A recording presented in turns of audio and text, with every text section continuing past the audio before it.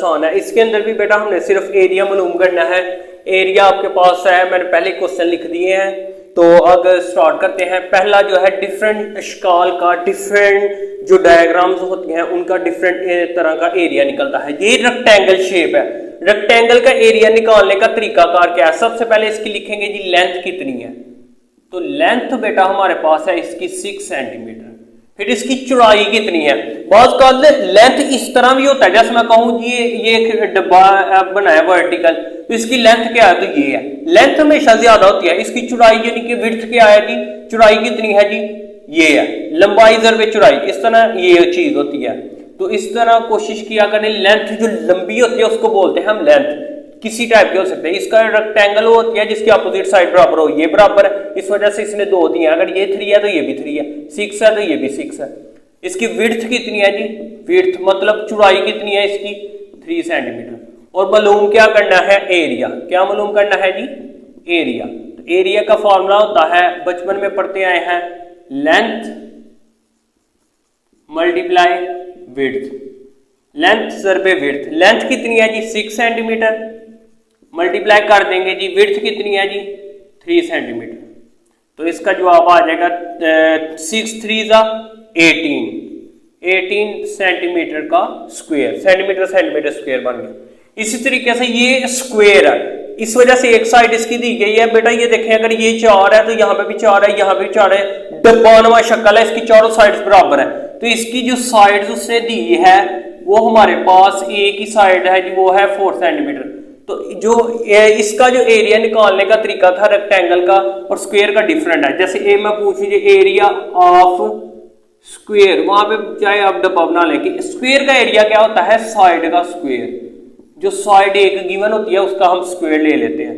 ये दफा आया भी था पेपर में, बहुत ज्यादा इंपॉर्टेंट एक सवाल मस्त इसमें से आता है। अगर सवाल ना आए तो जो नेक्स्ट 4 डेफिनेशन बताऊंगा वही आएंगी, लाजमी 100% आएंगे।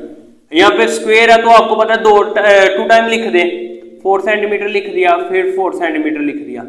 चाहे तो आप डायरेक्ट भी लिख सकते हैं 14, 4 का दिया तो 16 आ गया, सेंटीमीटर के ऊपर स्क्वायर आ जाएगा।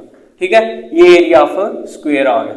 इसी तरीके से जो पैरेललोग्राम की डायग्राम है उसके अंदर एरिया निकालने का तरीकाकार क्या है? इसके अंदर हाइट और बेस का जिक्र किया जाता है। तो इसकी बेस जो है, बेस ये भी है और ये भी है, तो बेस इसकी आ गई 8 सेंटीमीटर।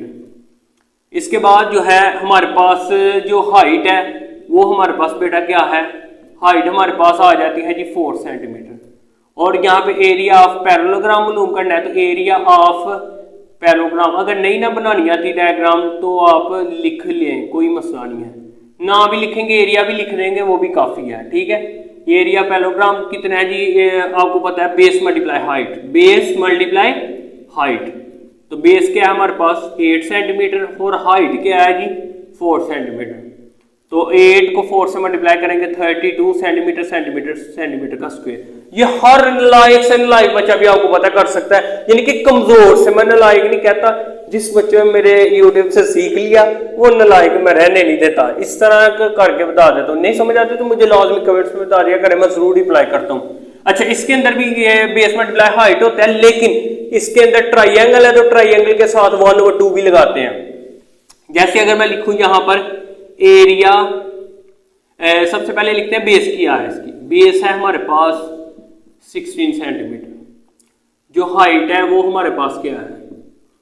हाइट जो है वो हमारे पास है जी 10 सेंटीमीटर।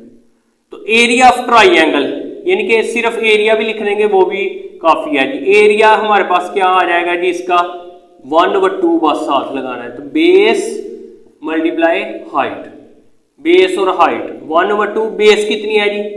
वो है 16 सेंटीमीटर। हाइट क्या है जी? 10 सेंटीमीटर। और 16 और 10 को मल्टीप्लाई करेंगे तो क्या आ जाएगा? 160 सेंटीमीटर का स्क्वायर। तो ये कटिंग कर लें, 2 1 2 2 8 16, जो आप फाइनली आ गया 80 सेंटीमीटर का स्क्वायर। वो भी 4 डेफिनेशन। अगर सवाल ना आए तो डेफिनेशन आएगी, कौन सी आएगी? 4 डेफिनेशन अभी समझा दे तो वो भी समझ के कर ले, लाजमी याद करके जाए। शॉर्ट सवाल ना आएगा, यानी कि क्वेश्चन ना आएगा तो डेफिनेशन लाजमी मस्ट आएगी। एक सवाल पक्का है 3 नंबर की, ये रिव्यू एक्सरसाइज है, हर बोर्ड में आती है, तो इसको कंप्लीट कर लो अच्छे तरीके से। तो अब कर लेते हैं जी इसकी डेफिनेशन। अच्छा तो बेटा अब क्वेश्चन नंबर 3 है, ये भी बहुत ज़्यादा इंपॉर्टेंट है। इस वजह से ये इंपॉर्टेंट मैंने बताया कि अगर क्वेश्चन आएगा तो डेफिनेशन आए। डेफिनेशन मैंने इस वजह से लिख ली है पहले ही ताकि हमारा जो टाइम है वो ज़रा बच जाए। इस तरह वीडियो बहुत ज़्यादा लंबी हो जाती है अगर मैं साथ साथ लिखता तो। पहली डेफिनेशन है जी हमारे पास एरिया ऑफ फिगर। एरिया क्या है? किसी भी चीज़ का जो एरिया होता है किस तरह मालूम किया जाता है, ये हम इसी लेक्चर में प्रीवियस क्वेश्चन, प्रीवियस डायग्राम यानी कि पीछे जो है डायग्राम के अंदर सीख चुके हैं। फिर एक दफा जिक्र कर देता हूं, the region enclosed by the boundary line. अगर एक आगे लिखा हुआ है lines of a closed figure, यही है जी। ये फॉर एग्जाम्पल हमारी बाउंड्री लाइंस है, ए बी एक लाइंस है, बी सी एक लाइंस है, सी ए एक लाइंस है। इसके अंदर जो मौजूद है ना उस चीज का नाम जो है वो क्या है? एरिया। नहीं, region of enclosed boundary lines, जो बाउंड्री लाइंस के अंदर क्लोज्ड है ऑफ अ क्लोज्ड फिगर, और फिगर जो बंद है इसके अंदर जो ये चीज है वो हमारी क्या कहलाएगी? Area of figure. इस वजह से मैं इसकी डायग्राम नहीं बनाई, अगर ये पेपर में आती है तो साथ आप यही मेंशन कर दे। दूसरी डायग्राम यानी दूसरी डेफिनेशन, ट्राइएंगुलर रीजन्स क्या है? ट्राइएंगुलर का जिक्र ही मैंने इससे किया है, इसका ये भी आप एरिया के लिए इस्तेमाल कर सकते हैं एग्जांपल, और ये भी आप इस्तेमाल कर सकते हैं। मेन चीज है यही है, ये वो कर ले। यहां पर मेंशन है कि ट्राइएंगुलर शेप का जो एरिया वो रीजन वो क्या है? वो हिस्सा क्या है? इसको भी मेंशन करते हैं। A triangular region is the union, union हम इकट्ठे के लिए इस्तेमाल करते हैं, इकट्ठा ऑफ अ ट्राइएंगल। ऐसा triangular region, union of triangle यानी ट्राइएंगल का ऐसा हिस्सा जिसको इकट्ठा कर दिया जाए, ये ट्राइएंगल के साइड्स को, और आगे लिखा हुआ है एंड इट्स इंटीरियर, उसके जो अंदर वाला ये भी मेंशन कर किया है, साइड्स को भी और इसके अंदर वाला भी आगे लिखा हुआ है। द 3 लाइन सेगमेंट फॉर्मिंग, जो 3 लाइन को मिला के हमारे पास जो चीज बनती है, ट्राइएंगल जो बनती है, और उसका जो अंदर वाला हिस्सा है वो कहलाता है ट्राइएंगुलर रीजन। बहुत आसान डेफिनेशन है, ये आपने अच्छी तरीके से इसी तरीके से करनी है, और यहां से ही देख लें, इसका स्क्रीनशॉट ले लिया करें। अच्छा, नेक्स्ट आते हैं जी रेक्टेंगुलर रीजन। रेक्टेंगुलर रीजन में बेटा होता यह है कि रेक्टेंगुलर शेप आ जाती है, बात एक ही है कि rectangular reason is the union of rectangle, कि रेक्टेंगल के अंदर वाले को इकट्ठा किया जाए, एंड इट्स इंटीरियर, अंदर वाले को मैंने पहले कर दिया है कि रेक्टेंगुलर ऑफ द रीजन, फिर आगे ये rectangular reason is the union of rectangle, rectangle वाली शेप का यूनियन किया जाए, एंड इट्स इंटीरियर, अंदर वाले हिस्से का, उसको बोलते हैं रेक्टेंगुलर रीजन। मैंने आपके सामने डायग्राम भी बना दी है। लास्ट वन डायग्राम है, बहुत ज्यादा डायग्राम भी मेंशन किया है, साथ साथ कर देंगे तो पक्के आपके नंबर है, क्योंकि हर कोई डेफिनेशन तो लिखेगा लेकिन डायग्राम बहुत सारे कम बच्चे लिखते हैं। तो अगर डायग्राम बना ले, लिख ले, यानी कि साथ डेफिनेशन के साथ डायग्राम भी बना ले तो पक्के 2 नंबर है, बाद का 2 कट भी कर सकते हैं। इस तरह मिस्टेक भी आपकी निकल जाएगी तो फिर भी आपको 2 नंबर मिल जाएंगे। यहां पे एल्टीट्यूड और हाइट ऑफ ट्राइंगल क्या कहलाता है?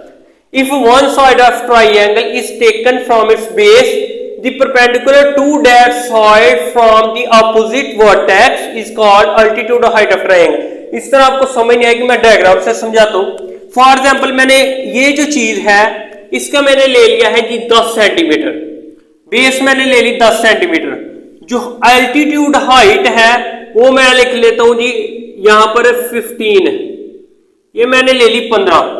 अब ये देखें वो कहना चाह रहा है if one side of triangle is taken, अगर फॉर एग्जांपल आप कोई एक साइड्स लेते हैं एट इट्स बेस, अब मैंने जैसे ये साइड्स को क्या ले लिया, ये हमारे पास क्या है जी बेस है, ठीक है। अब क्या कहता है the perpendicular to that side from the opposite vertex, ये एक वर्टेक्स है और इसके अपोजिट आपने बेस ली है, और यहां पर जो है ना यहां पर बेस ली है, वहां पे क्या हो रहा है जी वर्टेक्स, ये बिल्कुल बेस है, हमारे पास वर्टेक्स के सामने हमने बेस ली है, और ये जो चीज है ना इसको बोलते हैं एल्टीट्यूड, इसको बोलते हैं एल्टीट्यूड या हाइट ऑफ ट्राइंगल। तो ये भी बहुत ज्यादा आसान थी। ये आपको उम्मीद है कि बहुत अच्छे तरीके से समझ आ चुकी होगी। नहीं आ गई तो अच्छे तरीके से इसको पक्का कर ले। इसको ज्यादा से ज्यादा प्लीज अपने दोस्तों के साथ शेयर करें, अपने फ्रेंड्स के साथ साथ, अपने कजनों के साथ भी, अपने जितने भी हैं आपके 9th क्लास वाले सबके साथ शेयर करें, ताकि इससे मेरा भी हौसला अफजाई होती है। तो जाने से पहले लेक्चर को अगर कहीं से भी समझ नहीं आई तो मुझे कमेंट्स में जरूर बताएं, इंशाल्लाह मैं जरूर रिप्लाई करूंगा। तो किसी किस्म की कोई प्रॉब्लम हो, फिर बता रहा हूं, तो लाजमी जो है मेंशन करें, इंशाल्लाह जरूर आपकी प्रॉब्लम का हल किया जाएगा। तो जाने से पहले ये किया कि चैनल को लाइक सब्सक्राइब शेयर जरूर करें, ताकि मेरी आने वाली वीडियो आप तक पहुंचे, आप इजीली वॉच कर सके और पेपर की भरपूर तैयारी कर सके। दुआ में याद रखें, मिलते हैं नेक्स्ट लेक्चर में। अल्लाह हाफिज।